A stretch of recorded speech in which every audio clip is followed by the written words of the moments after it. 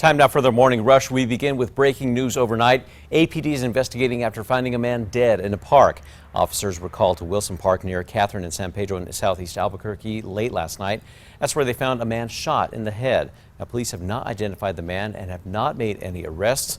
The area surrounding the park is closed while police officers search for clues. Chris?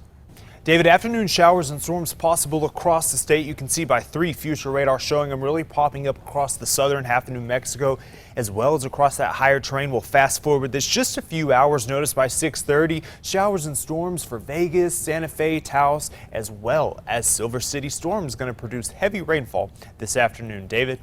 Well, in just hours, the biopark's long-awaited penguin chill exhibit is set to finally open. Large crowds will likely be on hand for that. Now, they say they're trying to keep everything running smooth, and that's happening today and after the exhibit opens. The zoo may also launch a free ticketed timing process soon, and so people can reserve blocks of time to see the penguins. Now, the exhibit opens this morning at 9:30 a.m.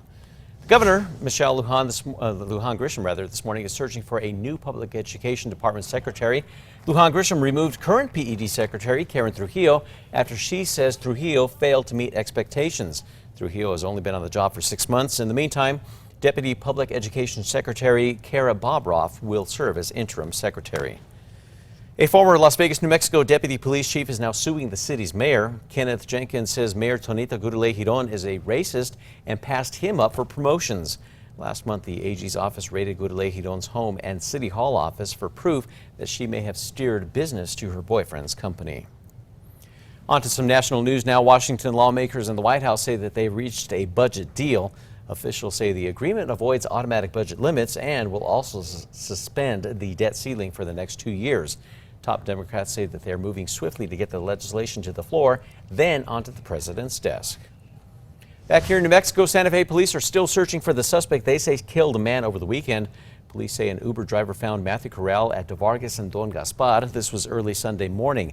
Now they're calling this case a homicide, but are still awaiting official autopsy results. Police say there was surveillance cameras in the area. A deputy is recovering this morning after being involved in a deadly shooting in the South Valley yesterday. Deputies responded to a domestic violence call yesterday morning, and they say Alicia Lucero locked herself in an RV, then armed herself. Now, when she came out, BCSO says that she aggressively approached the deputies. That's when multiple deputies opened fire, killing her. Members of Lucero's family say that she suffered from mental illness. Well, the city says it will not pull officers from other agencies in New Mexico anymore. The Journal reports that Mayor Tim Keller says he will now look to bring in officers from outside of the state. He made the announcement yesterday. Now, in the past year, APD has pulled in officers from departments in Rio Rancho, Santa Fe, and Hobbs. Immigration officials, they are using DNA testing along the southern border. The move comes as a way to identify individuals crossing over who pose as families but are not related. Now, 102 family DNA tests were administered last week. 85 had family connections, 17 came out negative, and 16 of those were referred for prosecution. Well, the woman accused of circulating a video of a teen having sex is scheduled to be in court today. Yarelis Cespedes was arrested and charged with manufacturing and distributing child porn after she allegedly recorded her 13-year-old friend engaging in a sexual act with a man in the back of a car. Now, today, the judge will decide whether or not Cespedes will be held until trial. An Albuquerque woman who admitted to killing her mother-in-law will be sentenced today.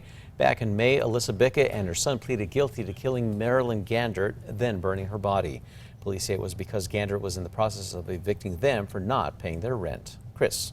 David, let's take a look at that Metro Threat Index today. We have it at a 4, and that's because we're going to see some afternoon showers and storms in and around the metro. So again, if you hear any thunder, make sure you go indoors because you don't want to be caught outside whenever there's lightning. David?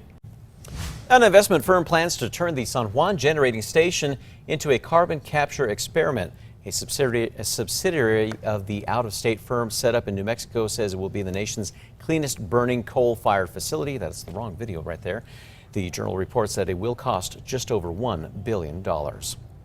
Santa Fe Mayor Alan Weber is now looking at city-owned properties for making housing developments. Weber says his administration is eyeing 6 or 7 pieces of city-owned land for possible residential development, but would not specify a specific location. The New Mexican reports that it's one way that Mayor Weber hopes to alleviate Santa Fe's housing shortage.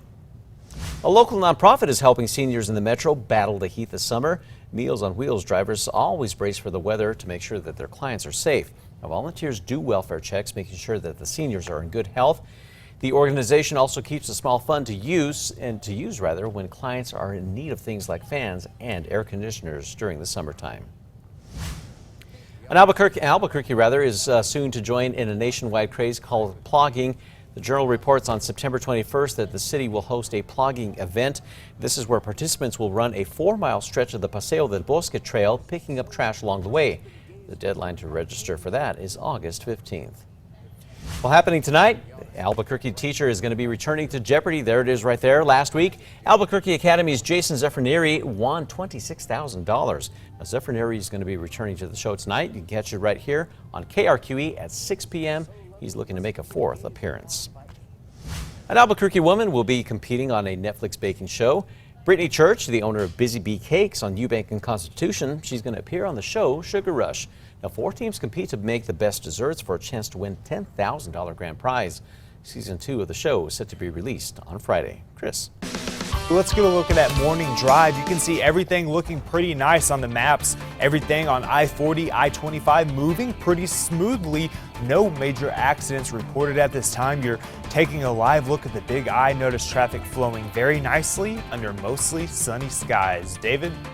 Well, a pizza shop in New Jersey is trying to reunite lost pets with their owners. Employees are taping flyers featuring missing animals to their pizza boxes. Now, the restaurant's owner got the idea after he saw a picture of a lost cat on Facebook. The pizza joint is now garnering praise on social media. They're even inspiring other nearby pizza joints to start doing the same kind of thing.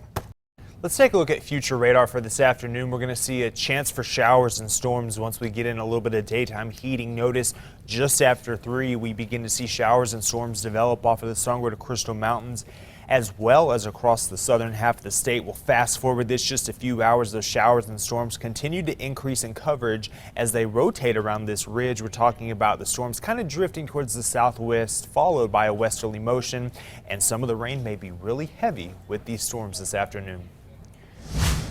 Time now for the 5 facts, and at number 5, you can watch a local Albuquerque teacher compete for a 3rd time on Jeopardy. Albuquerque Academy's Jason Zeffirnieri has already played twice last week, and he won $26,000.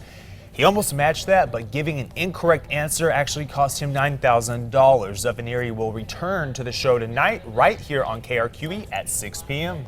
And at number 4, a New Mexico attorney is waiting for the Department of Justice to let him file an amended complaint in his client's case. His client is Kenneth Jenkins, the former Las Vegas, New Mexico police deputy chief. Jenkins is now suing the city's already embattled mayor, Tonita Gurulé-Giron, after claiming that after he shed light on her alleged mismanagement of the city, she passed him up for promotions, even claiming that she's a racist. Jenkins' attorney wants the amended complaint so that any discriminatory comments made allegedly by Gurulé-Giron can be included in the lawsuit. Last month, the AG's office raided Gurulé-Giron's home and City Hall office for proof that she steered business to her boyfriend's company. Chance for afternoon storms. Some may produce localized flash flooding because of the slow movement and the heavy rain with these storms. So we're talking about some areas picking up over an inch of rain, and now where we have the burn scars in the state, that's where we have the best chance to see that isolated flash flooding this afternoon. And number 2, a nationwide search will begin this morning to fill the recently vacant position of New Mexico's Public Education Department Secretary. This as Governor Michelle Lujan Grisham announced yesterday that she's going to be removing the current PED secretary, Karen Trujillo. Lujan Grisham says that she failed to meet expectations. Trujillo has only been on the job for 6 months. Deputy Public Education Secretary Carrie Bobroff will serve as the interim secretary.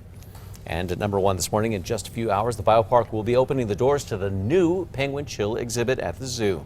The Biopark Society is estimating that around 4,000 people will be able to circulate through the exhibit each day. But on some of the busy zoo days, like weekends, people may not be able to see the penguins because of the popularity. The zoo is thinking about launching a free ticketed timing process soon so that people can reserve blocks of time to see the penguins. The exhibit opens this morning at 9:30 a.m.